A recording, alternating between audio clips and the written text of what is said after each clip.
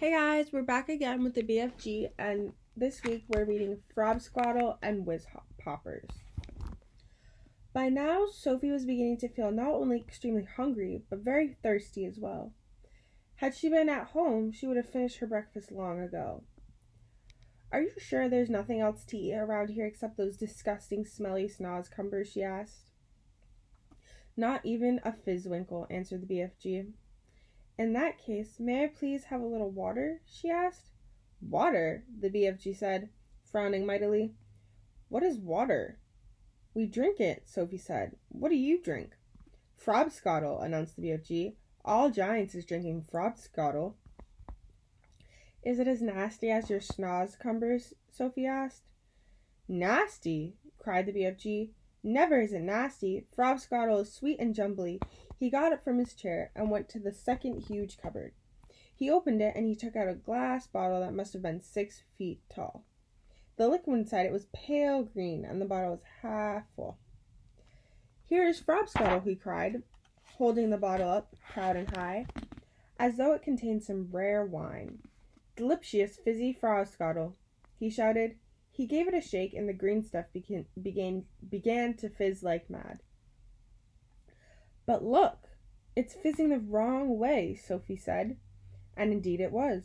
The bubbles, instead of traveling upwards and bursting on the surface, were shooting downwards and bursting at the bottom. A pale green frothy fizz was forming at the bottom of the bottle.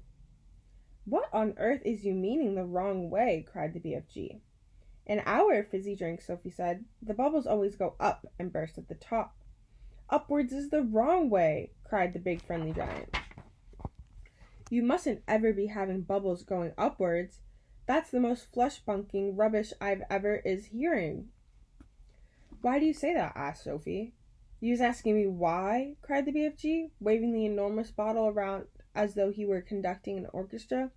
You was actually meaning to tell me you cannot see why it is a scrawny mistake to have the bubbles flying up instead of down? You said it was flesh-bunking. Now you say it's Scotty. Which is it? Sophie asked politely. Both, cried the BFG. It is a flesh-bunking and scrawny mistake to let the bubbles go upwards. If you can't see why, you must be as quacky as a duckhound. By Ringo, your head must be so full of frog squinkers and buzzwangles. I is fritted if I know how you can think at all. Why shouldn't the bubbles go upwards? Sophie asked. I will explain, said the BFG. But tell me first your name. What name is you calling your Frobsquattle by?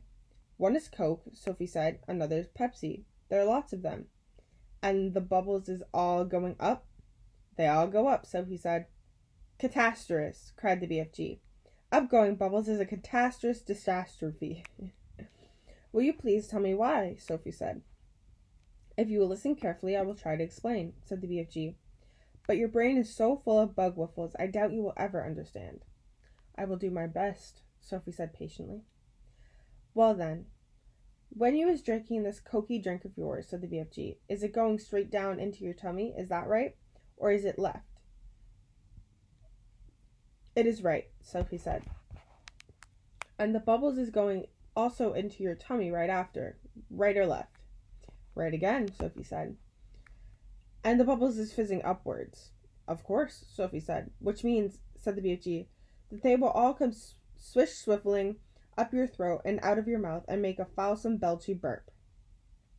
That is often true, Sophie said. But what's wrong with a little burp now and again? It's kind of fun. Burping is filthsome, said the BFG. Us giants is never doing it. But with your drink, Sophie said. What was it you called it? Frobsquattle.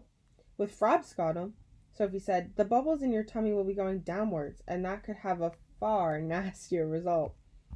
Why nasty? Asked the BFG, frowning. Because, Sophie said, blushing a little, if they go down instead of up, they'll be coming out somewhere else with an even louder and ruder noise. A whiz popper, cried the BFG, beaming at her. Us giants is making whiz poppers all the time. Whiz popping is a sign of happiness. It is music in our ears. You're surely not telling me that a little whiz popping is forbidden among human beings. It is considered extremely rude, Sophie said. But you use whiz-popping, is you not, now and again? Asked the BFG. Everyone is whiz-popping, if that's what you call it, Sophie said. Kings and queens are whiz-popping. Presidents are whiz-popping. Glamorous film stars are whiz-popping. Little babies are whiz-popping. But where I come, it's not polite to talk about it. Redunculous, said the BFG. If everyone is making whiz-poppers, then why not talk about it? We's now having a swiggle of this delicious frobscottle, and you will see the happy result. The BFG shook the bottle vigorously. The pale green stuff fizzed and bubbled. He removed the cork and took a tremendous gurgling swing. It's glummy, he cried. I love it. For a few moments the BFG stood quite still, and a look of absolute ecstasy began to spread over his long, wrinkly face. Then suddenly the heavens opened as he let fly a series of the loudest and rudest noises Sophie had ever heard in her life. They reverberated around the walls of the cave like thunder, and glass jars rattled on the shelves. But most astonishingly of all, the force of the explosions actually lifted the enormous giant clear off his feet like a rocket.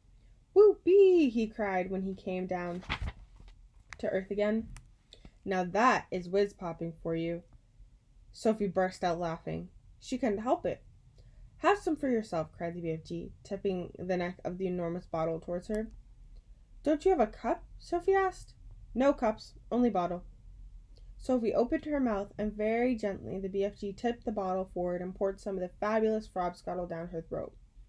And oh gosh, how delicious it was. It was sweet and refreshing. It tasted of vanilla and cream, with just the faintest trace of raspberries on the edge of the flavor. And the bubbles were wonderful. Sophie could actually feel them bouncing and bursting all around her tummy. It was an amazing sensation. It felt as though hundreds of tiny people were dancing a jig inside of her and tickling her with their toes. It was lovely. It's lovely, she cried.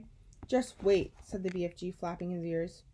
Sophie could feel the bubbles traveling lower and lower down her tummy, and suddenly, inevitably, the explosion came.